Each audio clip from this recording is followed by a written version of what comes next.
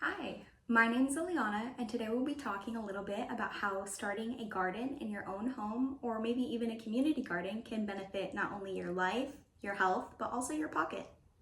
So, me personally, when I go to the grocery store, I tend to budget things together. And every year I've noticed that it's taking a bigger chunk out of my paycheck. Going to the groceries has cost more and more each year, I've noticed. And I do find that produce and fresh vegetables and fruits take up a really large amount of that cost for me, especially. And I'm not personally willing to sacrifice the things I want to eat or the things I like to eat, especially if they're healthier for me. But many of us find ourselves in this position, and that's why I want to talk to you about starting a garden and that it's not as hard as we think it is. Especially because the alternate is getting more processed foods a lot of the time because they cost less and things like that. And oftentimes those of us who want or need fresh veggies are those who are more on a budget. And oftentimes those are children, especially because children need those vegetables and those nutrients, especially in the adolescent years when they're growing and developing. They eat a ton. So we're going to talk a little bit about how we can save money together and also benefit our families' lives, our health, and everything. So we're going to begin with sowing, or the act of sow. It's where you place a seed into dirt and then cover it, water it, and all that good stuff, and then you wait for it to grow. But even that act, small act of putting the seed in the dirt and kind of getting all the supplies together can seem kind of tedious and a little bit daunting for a lot of us, especially if you've never had the opportunity to go out there or work in dirt or work outside, especially if you've kind of been an indoor person your entire life. But we'll go through that. It's not as scary as we think it is, and we can get the tools rather simply and very affordably as well. Starting with the tools, you can often find all the tools you need for a small garden, even a really tiny one at the Dollar Tree. Like, they have dirt, they have seeds, they have the little pots, they have pretty much everything you can think of that you would need to start a tiny garden right at first. They even have tiny seed grower pods. I went the other day. But it'd be a really great resource for anybody who's trying to save money and also trying to start a garden at the same time. Or $1.25 store, because everything costs $1.25 now. And sometimes if you really don't want to go out and get all those things, or even you don't even know where to start out with your local resources. That's what they're there for. Reach out online, Facebook groups. A lot of the times there's already a local garden or maybe even a co-op in your area that you're able to participate in and learn a lot more from people who have done this before. That's a really good option.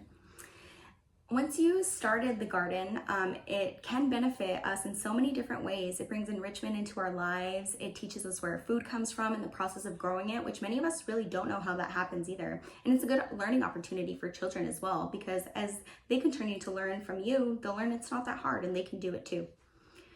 So starting with growing, right? Once we sow our seeds, we wait for them to grow. And this part can take a little while, so it's also good to know kind of the seasons of when to start your blooms and your planting. But even on the back of seed packets, it says the days or the seasons that are ideal for planting those things. So just taking some time to read even the back of the packet can teach you a lot. You don't even have to go out and buy a book or anything. If you even have like a smaller house, let's say you don't even have like any space at all outdoors at all, maybe you live in an apartment or something. Apartments usually have windows. If you have a window or any access to sunlight, you'll be fine to grow a garden. Any access that you have at all would be perfectly fine. I've even seen folks use grow lights inside of their house because they wanted more light. So that's always an option as well. Where there's a will, there's a way, and you guys can get it done. I believe in you guys. And well, even for fertilizer, like you don't even have to outsource fertilizer, things like that. Those are even things you can start to make in your own home, like eggshells, potato peels, banana peels, what else? Grass clippings. Those are really good. If you like start like a mini compost pile, I know it's kind of smelly, but even if you live in an apartment, you could put it out on your deck or whatever, outdoor space, and then just keep adding it, keep mixing it, and then eventually you'll get free compost, which is really great. And like I said, as you continue learning more, you'll just start to feel more comfortable. You'll learn how you can save resources and time and money by doing things just all on your own. Gardening has been here before we were ever able to buy anything. So you can absolutely do it with any resources you have in your home too.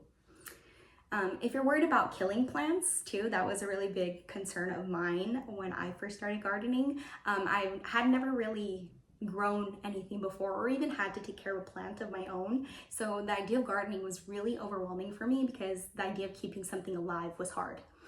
But if you do your research, again, there are quite a few variants of plants, whether it be vegetables or fruits, that are very resilient. You would find that even with like you forgetting to water it for like a whole week, it would be fine. I promise you. And it would still sprout, it would still bloom. I remember cucumbers. That was one of the first ones I started. Also, there's quite a few squash variants. I think they're all kind of cousins, but squash variants are also very resilient. They will keep blooming, producing, and you will have a very bountiful harvest, even if you just start with those two plants.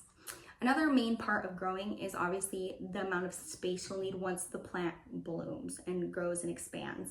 Oftentimes, if you're doing it out on a windowsill, you can still plant a lot. You just have to plant upwards. So kind of getting a grate even, or even an old fence and kind of propping it up in there, that allows upward growth. So don't be limited by the amount of ground space or area ground space you have. You can just always grow up. Plants crave the sunlight, so they'll grow up anyways.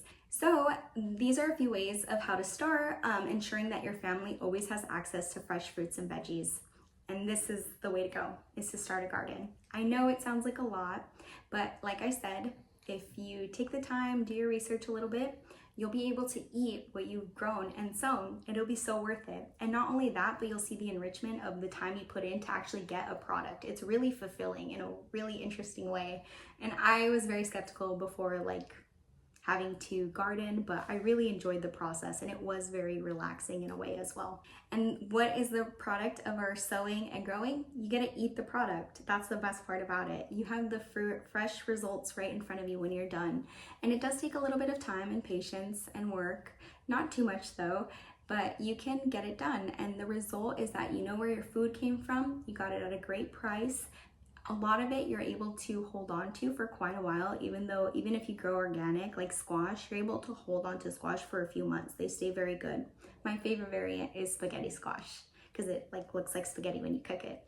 In any case though, with your children, even if you don't have children, even you're ensuring that you always have that access to those fresh fruits and vegetables, which are really great for our health overall. And we shouldn't be limited to our resources based on how much we make, or maybe what's around us, or the prices that are in our area for fruits and vegetables. Because I know a lot of city people especially pay a lot more for fruits and vegetables as well, which is very unfortunate. So you could start your own right there in your apartment if you have a window.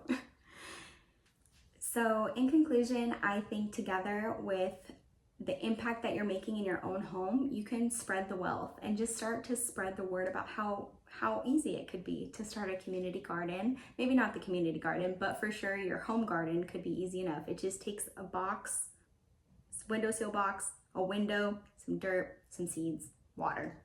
It's really that simple. So like I said, don't be too daunting on like the supplies you need or anything that your resources are or how much you have around you. You can just makeshift all of it if you want. That's what I did my first time around. I really didn't buy any supplies. I just found some dirt out back, dug a hole, put a seed in there, left it alone. And like I said, I forgot about it for a while. So like thankfully my cucumbers were very resilient. They stayed alive.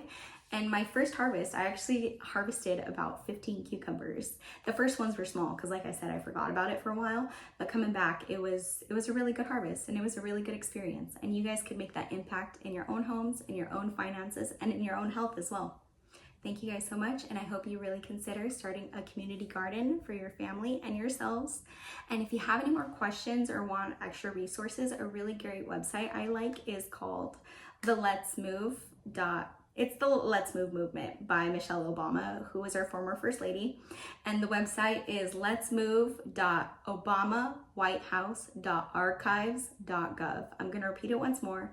letsmove.obamawhitehouse, all together, .archives.gov. And then once you get to that webpage, you'll go to the green tab, which is labeled Eat Healthy Food and Nutrition on the homepage. And then on the left side, you'll see a tab labeled Gardening Guide. And it has so many good resources just for starting a garden, even a small garden or community garden as well. Thank you guys so much, and I hope you have a great day.